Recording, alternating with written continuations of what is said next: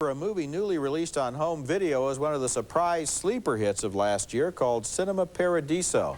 Here was an unsung Italian film that seemed to play for months and months in a lot of cities as moviegoers told each other how much they liked it. The movie starred Philippe Noiret as a small-town projectionist at the very moment when television was destroying little movie theaters, and little Salvatore Cassio as a little boy who doesn't have much of a home life and makes the projection booth his spiritual home. Cinema Paradiso was a special movie, and I recommend you check it out on home video. Now let's take another look at the movies we reviewed on this week's show. A split decision on The Hard Way with James Woods giving Michael J. Fox police lessons. Gene thinks Woods played a one-note character. I liked his energy. 2 thumbs down for Closet Land, a politically correct but empty-headed allegorical dirge. A split decision on New Jack City. I admired its gritty anti-drug message and feel for the streets. Gene thought it was still too Hollywood. 2 thumbs down for Shipwrecked, a good-looking but innocuous children's adventure movie. And finally, 2 thumbs up for Judo, the Chinese film about love, death, and pride. And that'll be playing over the next month around because it's nominated for an Academy Award. But not in many theaters. I mean, even in Los Angeles, where the Oscars are, it's in the Goldwyn Center Theater. Going to be moving to the Los Feliz. So even in a big city, it's only going to be in 2. If it comes to your town, get to it right away. It's a classic. You know, the one I'd like to say another word about is New Jack City, because I really think it was a fresh and honest film, and I think we should give it credit for that. There's an attempt there. I just don't think they pull it off. That's it for this week. Next time, we'll be back with reviews of Guilty by Suspicion, starring Robert De Niro in a drama about the Hollywood blacklist of the 50s. I need permission to use your name, David. You want my permission to inform on me? And also Class Action, a thriller starring Gene Hackman and Mary Elizabeth Mastrantonio as father and daughter lawyers. That's next week, and until then, the balcony is closed. No Nonsense, the pantyhose that hold up through your busy schedule without a snag. No Nonsense, the pantyhose that last. Rice-A-Roni, the San Francisco treat. Now with 30 flavors, you can serve it every day for a month and never serve the same dish twice. Just a minute. That's all it takes to cover gray with New Age. New Age by Fanciful, the leader in temporary hair color. New Age. Ruffy Sure Sack trash bags carry heavy loads and cost less. Sure Sack, the best value you'll ever throw away.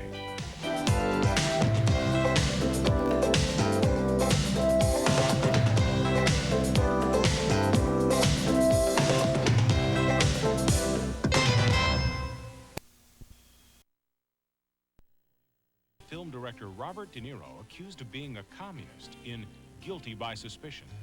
John Cusack and James Spader are law students in True Colors. And attorney Gene Hackman is opposed in court by his own daughter in Class Action. It's all coming up next on Siskel and Ebert.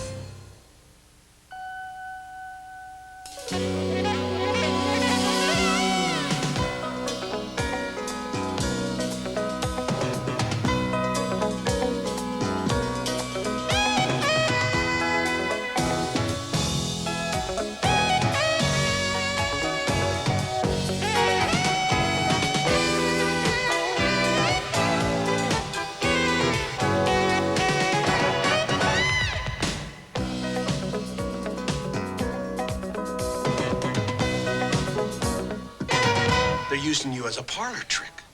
They think I'll look across the courtroom, see my precious daughter, and just go all soft inside. No, I think it's a bit more than that. What do you think, Margaret? Gene Hackman and Mary Elizabeth Mastrantonio co-star as father and daughter lawyers, opposing each other for the first time in a trial in Class Action. You mean you?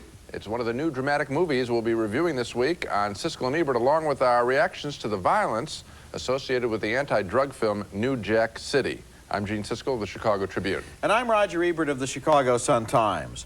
One of the busiest actors in the movies right now is also one of the best. Gene Hackman seems to make about 3 movies a year, and he's almost always good in them. So the news about Class Action is not that Hackman gives another fine performance, as he does as a radical lawyer who stands up for the little guy.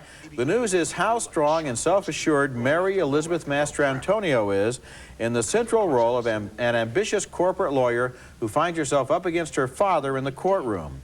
They have a long history of resentment and competition, which reveals itself in this scene. Did it ever occur to you that I might be a very good attorney?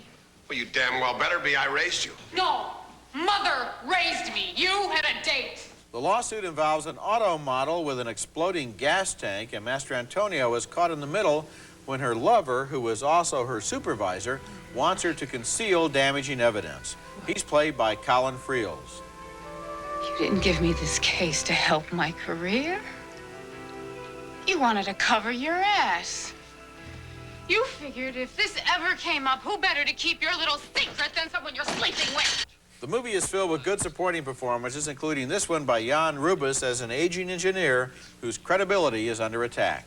2762396.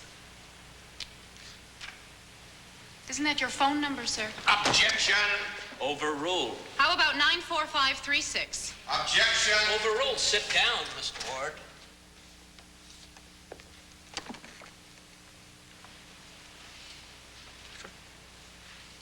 Your zip code, sir. 123019. Isn't that your birthday, sir? Everything leads up inevitably to the moment when Hackman gets the unethical lawyer on the stand. Do you understand, sir, that you are testifying here under oath Yes, I do. and that committing perjury is grounds for disbarment? Mr. Ward, I find that objectionable. I do know the law. So do I. And I think you're using semantics when all you have to do is answer a simple question. Did you see that report? Yes or no?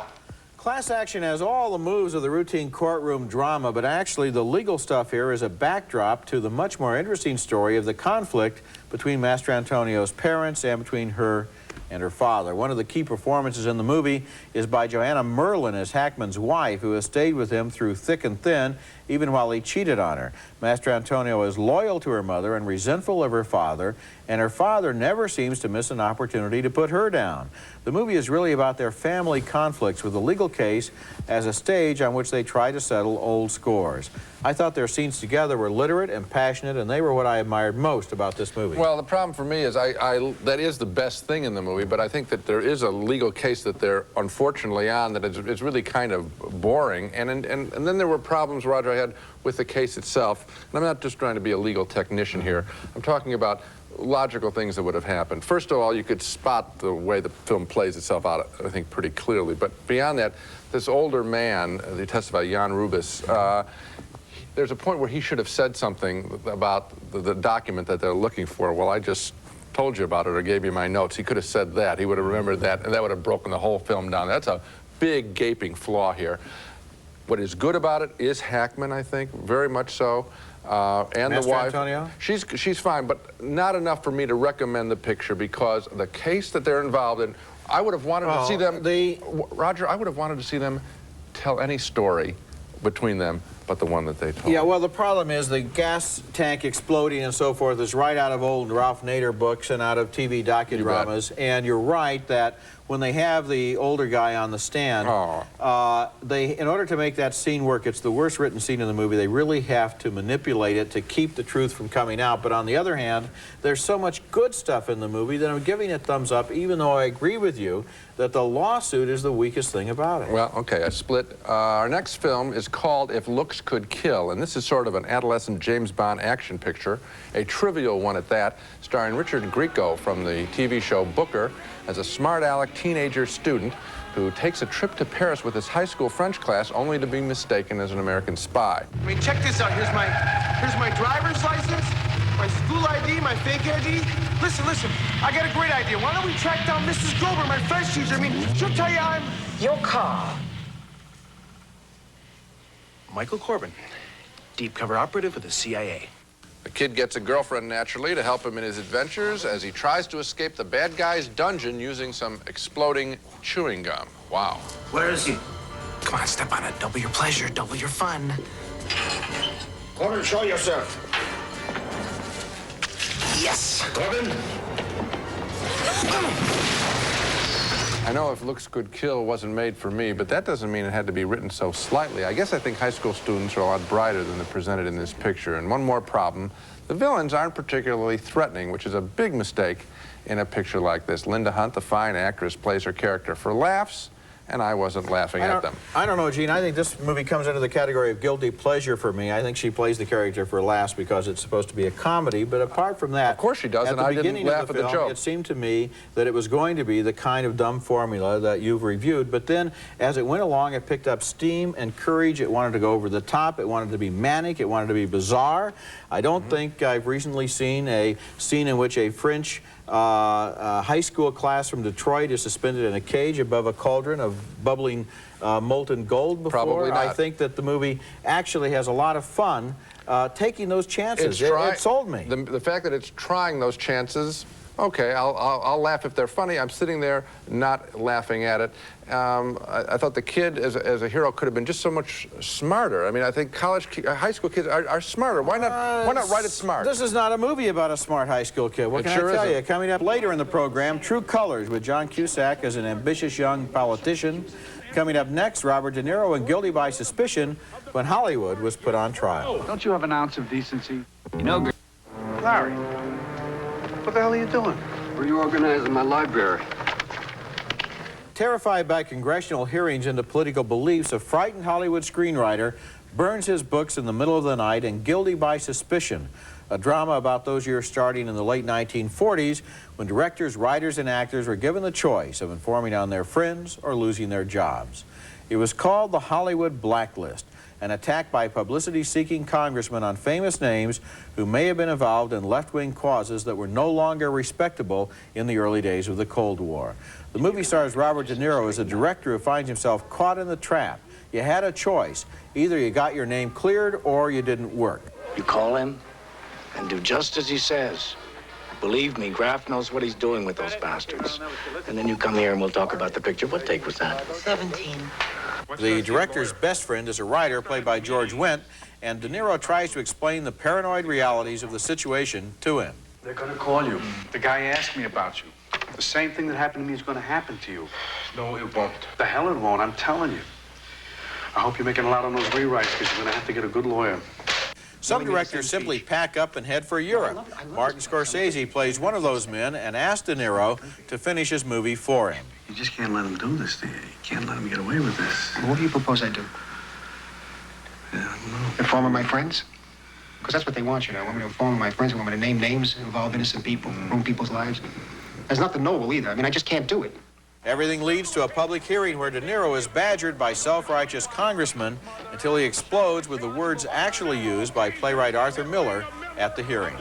She was falsely accused. She couldn't get work. She had her son was taken away from her, all because of this committee. Dorothy Nolan killed herself, and the Communist Party twisted her mind. In the name of ridding the world of communism, you destroyed her life. Was she or was she not a communist? Don't you have any shame? She's dead! Guilty by Suspicion is one of the most knowledgeable movies about Hollywood that I've seen, a backstage look at professionalism, paranoia, greed, and fear. It was directed by an insider, Irwin Winkler, who produced such films as Rocky, The Right Stuff, and Raging Bull, and it shows the cruel choice presented to the blacklist victims. They lost either their jobs or their self-respect. The movie is fascinating for two reasons: for its look at Hollywood studio politics and for its memory of an unhealthy time in American political life in general. It's a good film and it's an important film. Well, we have another disagreement. I think the film is, certainly the subject is very important. I didn't dislike the picture as much as I thought it was exactly what I would have expected from anybody to make this picture, except with a better cast. In other words, there wasn't anything surprise. I didn't see any spin on the material that I hadn't seen in pictures like Martin Ritz the Front, you know, 15, 18 years ago, whatever it was, in documentaries. The film just sort of marched along and told the story fairly straight. The character, one supporting character cracks easily. There's a woman who obviously is going to, her life will end. It seemed to be just sort of marched straight forward. There was a lot of good stuff in this movie, and the ending was really emotionally stirring. Well, I didn't think that the ending was stirring, other than I know this cause. I mean, who would be on the other side of this cause at this point? Most people have never even heard of this cause. Gene, you have. Yes, I have. There are a lot of people out there who don't even know that this period existed. Okay, the problem is, I think you have too much information. No, the problem is, I think you're rewarding something for being on the right side of the cause rather than for the filmmaking itself. Au contraire, not at all. This is a good movie. I really enjoyed it. I saw it twice. A similar film, Long Walk Home. We both liked it. I think the treatment of the material, again, important material, much better than here. Coming up next, True Colors, an 80s version of the political drama The Candidate, with John Cusack as a grasping young politician. Lighten up. Didn't break into Watergate. This never cuts corners. It's a brand new day in America, man. What does that mean? Don't get caught. That's John Cusack angling to become a member of Congress in True Colors, a strong, yuppie political drama in which we follow two very different law school students as their careers complement and conflict with one another. James Spader plays Cusack's upscale law school roommate, and he only finds out about Cusack's working-class background after the two of them and Spader's girlfriend go slumming in a bar on New Year's Eve. Just don't judge me, okay? Judge you? I don't even know your name, right?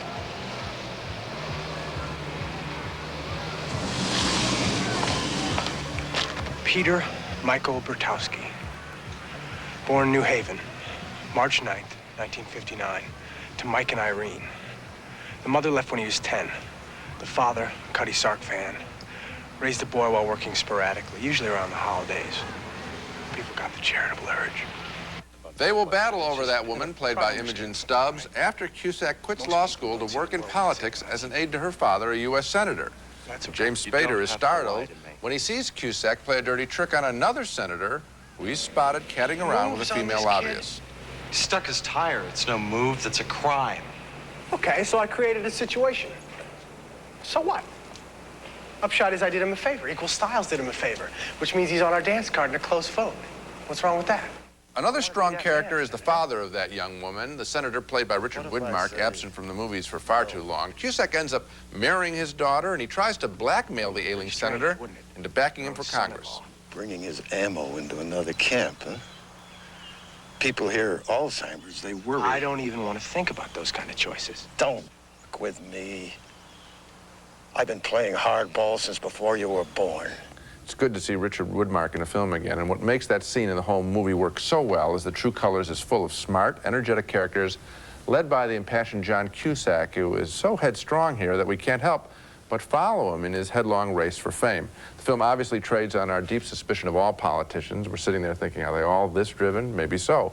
And at the same time, with its 5 fully developed characters, this picture, True Colors, is remarkably smart. Credit Kevin Wade for writing a really smart script. At all times, I wanted to see how the story of these characters, all of them, was going to turn out. You know, I can't believe you fell for this and you held out against Guilty by Suspicion. Every criticism you made of the earlier film is true about this one. The movie's been told before. We know about it. We know how it's going to turn out. There's a better film called The Candidate that's based on the same material. It's not an entertaining film. It's kind of flat. It's disappointing in all of those ways. And yet, for some reason, I just don't understand how you can attack Guilty by Suspicion for reasons that apply manifestly to True Colors. Well, let's deal with this film. Obviously, believe it or not, I might be thinking the same things about you, but I'm not going to waste everyone's time by saying them. I'm going to deal with the picture. Well, you're wasting their time by having your opinion. I'm wasting their time by disagreeing with it. Okay, I'm going to say that on this picture, I think that Cusack is fascinating. He's really becoming one of our stronger actors,